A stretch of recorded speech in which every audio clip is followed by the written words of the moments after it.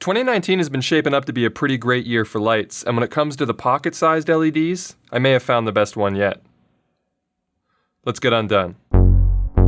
Gerald Undone. He's crazy. What's happening, everybody? I'm Gerald Undone, and these aren't the drones you're looking for. So today we're looking at the Boling P1 RGB LED light, and right out the gate, I gotta tell you, I'm in love with this thing. Aside from two somewhat obscure shortcomings, it might just be the perfect pocket and on-camera LED. It's like they took all the best things from every other light and crammed them into one well-designed package. So let's talk about what those things are. First off, it's bright and it's bicolor, and the midpoint sits right at 5500 Kelvin, so you don't get any of that weird stuff where the brightest temperature is like 4100K or some weird setting you're never gonna use. The brightest output is at daylight, and it also measures really high for accuracy with a CRI of 96 and a TLCI of 97. It's rated online for 1480 lux at half a meter, but I think it might be a little bit brighter than that because I found it to be less than one full stop under the f7 from Aputure, which would put it at around 2200 lux. But either way, it's very, very bright for its size. The bicolor range extends all the way from 2500 Kelvin up to 8500 Kelvin, which is terrific, and it also doesn't have any huge shifts in temperature between the tungsten and daylight range.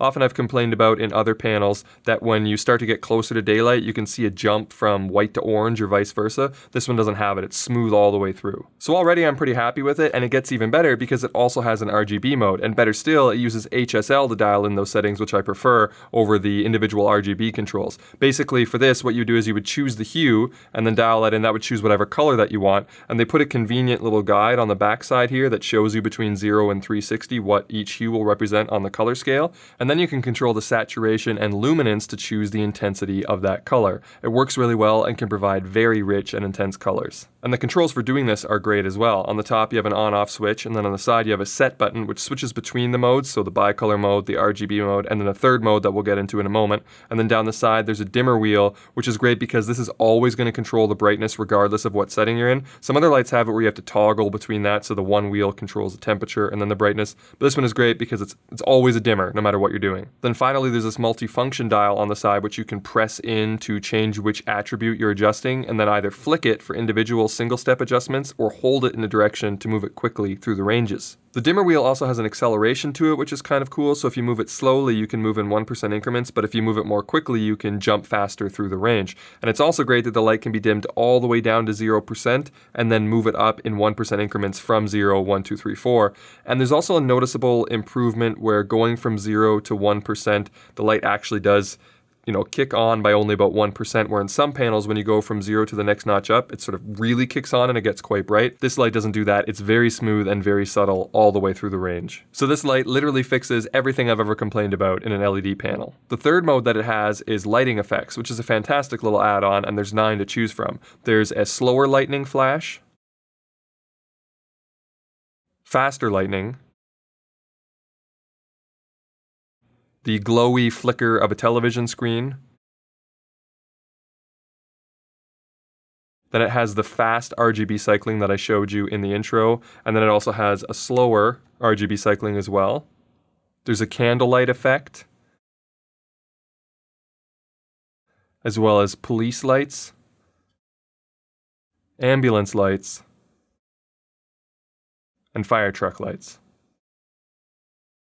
There's also this really interesting mount system on the side that allows you two different adjustments. The first one lets you change the orientation between vertical and horizontal, so you can mount it this way, or you can also mount it horizontally. And then the second one is this hinge that allows you to rotate it 360 degrees all the way around, depending on what orientation you choose. This is going to give you a lot of versatility, not only on camera, but you can use it even if it was unmounted and use this as a little bit of a kickstand to hold it up in different unique positions. It comes with the necessary 1/4-20 to shoe mount adapter, and there's like 8 different 1/4-20 thread positions on the mount that you can use to affix this.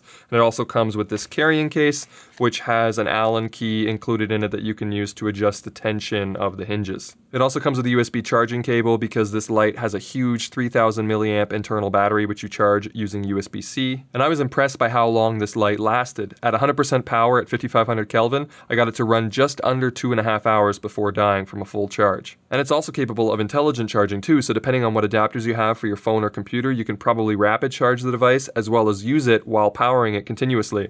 I connected it to my Anker USB power bank, and while running it at 100% power for over an hour, I didn't even lose a bar. But even without all that, 2.5 hours at 100% power is crazy good. Now I should mention that 2.5 hours at 100% power, this this thing does get pretty damn hot. Not hot enough to burn you, but it's definitely uncomfortable to hold.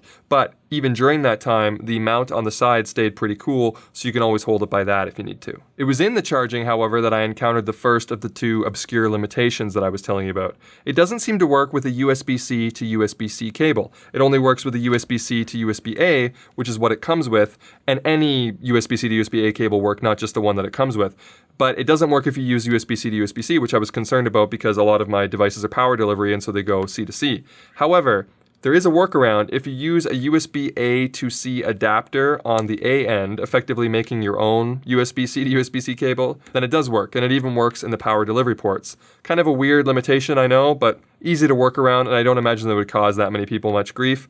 And this adapter that I used, by the way, was just the one that came with the Pixel 2, and it seems to work fine. Now, speaking of charging and battery life, this information is all presented smartly on the OLED display, which also shows your color temperature and RGB settings and your brightness, and I found this to be intuitive and easy to use. The unit itself feels really solid. It's metal and rugged, but despite its compact size, it's quite dense at 260 grams, or about half a pound. But I like its weight and feel, and it's heavy enough to stand up on its own on just its side. There's no clip-on diffusion panel, but the diodes are protected by a slightly diffused front cover that does help a little bit to break up the multiple light effect. So you'll probably want to add some extra diffusion if you're overly concerned with shadow splitting, but I don't think that this light is in any way intended to be a soft diffused light. I think it's more for effects, accents, and stylistic colorings, and of course as an on-camera light, but they're usually pretty harsh anyway. But that's pretty much it. This light literally checks all the boxes for pretty much everything I've ever wanted in a light, so all that's left to talk about now is the price and value. It comes in at $159 US, which isn't cheap, but I still think presents pretty good value if we round up the usual suspects. For the same price from Aputure, you'd get the AL-MX, which in my opinion is outclassed in pretty much every way by the Boling P1. The Aputure is smaller, but it's also less powerful, has no RGB effects, and doesn't last near as long, so for that money I would definitely recommend the Boling. Now my preferred choice for something a little bit closer to the AL-MX from Aputure would be the Socani X21, which I've been recommending for quite a while now. It's basically the Aputure but without the bicolor abilities and at only 1/3 of the price. Now it does come with a CTO clip and multiple color filters to help you get over the lack of the bicolor features, but at only $50 US, it's one of the best value options out there. But it can't really compete with the Boling in terms of output or longevity, and in fact the closest competition to the Boling from Aputure would probably be the AL-MW. Now that Aputure does have lighting effects and offers a similar output in terms of illuminance, but it doesn't have RGB and also isn't bicolor. It is waterproof though, which is the other obscure limitation that I mentioned of the Boling P1. This light can't go underwater. So if you need those underwater abilities, then you should definitely get the Aputure. But outside of that, this light is definitely more versatile, has significantly better battery life and better mounting options, and is $50 cheaper. Lastly, the Aputure F7, which I'm still considering pocket-sized, even though it is a little bit bigger and doesn't have an internal battery. The F7 is still a fantastic buy and offers a great bicolor range at only $100 US. It's still an impressive light that I highly recommend and beats the output of the Boling by almost a full stop. It does require external power sources though, like Sony NP-F batteries, but you can power it using USB if you're okay to tolerate a reduction in power by about 1/3. Value-wise, the Socani and the Aputure still present strongly, but I think the Boling P1 now sits on top as the best bang for the buck in this category. But that's going to be it for me. I hope you found this video helpful or at least entertaining, and if you did, make sure you leave it the old thumbs up and consider subscribing if you haven't already. But if you did not find this video helpful or entertaining, feel free to hit the dislike button twice.